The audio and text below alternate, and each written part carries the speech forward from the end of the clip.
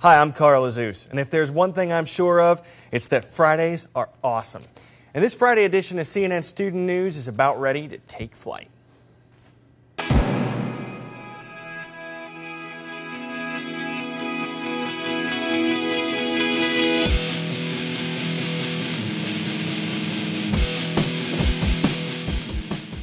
Peace must be made by Israelis and Palestinians, but each of us has a responsibility to do our part as well. Those of us who are friends of Israel must understand that true security for the Jewish state requires an independent Palestine, one that allows the Palestinian people to live with dignity and opportunity. And those of us who are friends of the Palestinians must understand that the rights of the Palestinian people will be won only through peaceful means, including genuine reconciliation with a secure Israel. There were a lot of subjects that President Obama talked about yesterday at the United Nations General Assembly. He discussed the economy, the environment, the wars in Iraq and Afghanistan. But the main focus of his speech was what you just heard him talk about, efforts to create a peace deal between Israelis and Palestinians. There's been tension between those groups for decades. President Obama says it's time for them to come together. And one quick note on that speech, the Israeli representatives weren't there while President Obama was talking. That's because it was a Jewish holiday. Well, Republicans in Congress are making a pledge to America. They announced it yesterday. It's essentially a promise to try to change some government policies. House Minority Leader John Boehner explained why they came up with it. The government is out of control in Washington, and we need to rein it in and begin a new drive for a smaller, less costly, and more accountable government in our nation's capital. These are the things that the American people are demanding. And our pledge to America is that the Republicans stand ready to get it done. Democratic leaders say the pledge will take Americans back to old policies that they claim didn't work in the first place. The pledge includes things like cutting taxes and cutting some government spending. It also takes aim at the new health care reform law, and Jim Acosta has more on that. I would fight to repeal the bill. It's a GOP battle cry for the midterm elections. The American people will be heard and will repeal and replace. I have pledged as my first act of legislation to put in a repeal Obamacare law. If Republicans win a majority of seats in Congress, one of the first things they promise to do is repeal President Obama's signature achievement, health care reform. What's your response to it? Under a new GOP-controlled House, Texas Congressman Joe Barton would likely become chairman of a key House committee overseeing health care. He says hearings would begin as soon as January to dismantle the law. If we're given the opportunity to be in the majority, we are going to try to repeal it and then replace it away with something that makes sense. Well, the sooner the better. That threat comes as new portions of the law go into effect this week, provisions that stop insurers from denying coverage to children with pre-existing conditions or dropping policies for people who get sick. Big expansions of coverage don't come until 2014. Still, recent polls show the law remains unpopular. I voted against the health care bill because I thought it would be too expensive. Even some Democrats are running against it. Health and Human Services Secretary Kathleen Sebelius argues the public will come around. Why is this law so unpopular?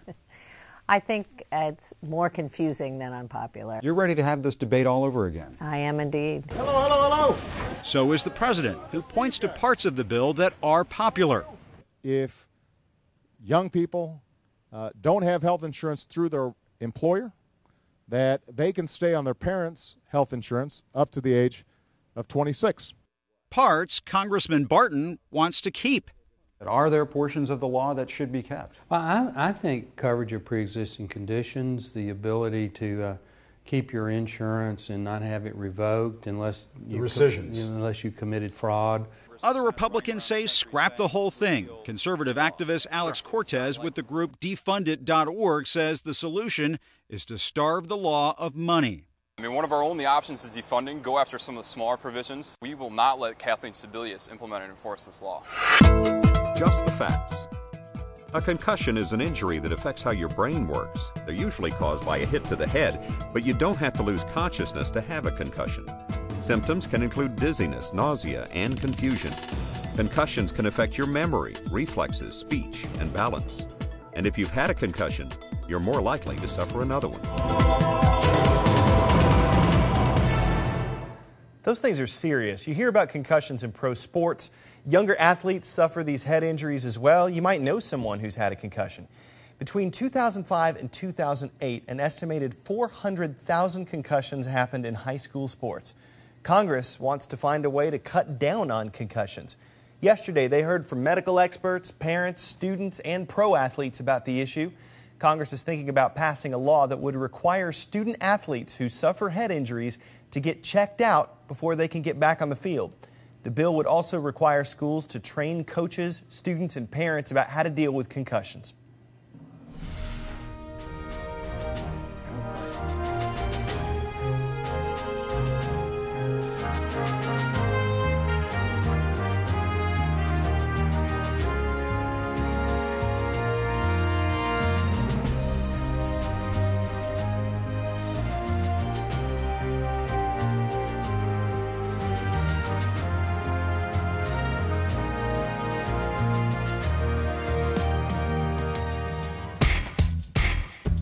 Time for the shout out. What kind of animal is a pangolin? If you think you know it, then shout it out. Is it a bird, fish, mammal, or reptile? You've got 3 seconds. Go.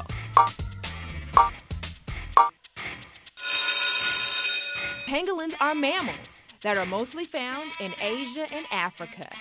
That's your answer, and that's your shout out.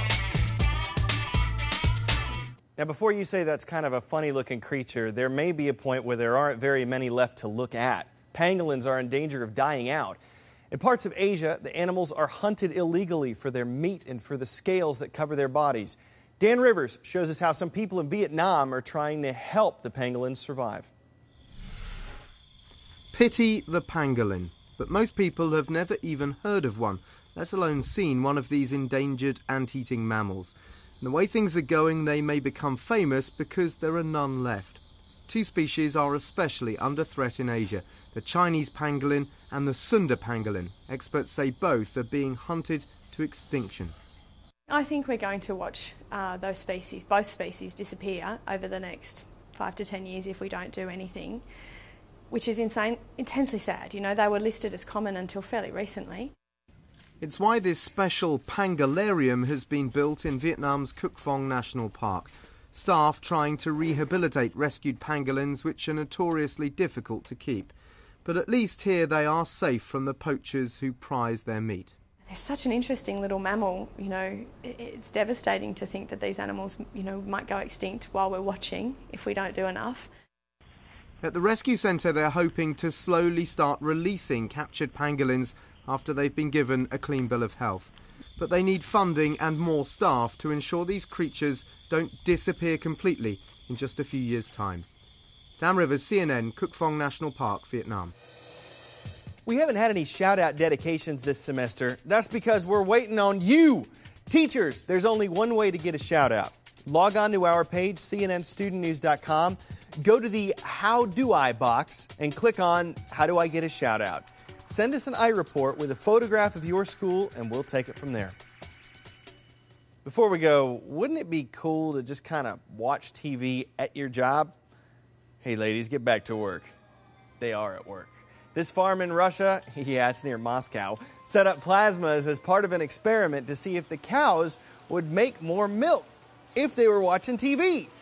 It turns out they do. Experts think watching pictures of pastures helps relax the cows. We're not making this up. And that this puts them in the right mood for milking. It starts with TV, but you know they'll eventually want to watch movies. They should milk this thing for all it's worth. Make the farmers kowtow to them for a while. We'd do it if we could. You guys have a great weekend. For CNN Student News, I'm Carl Azus.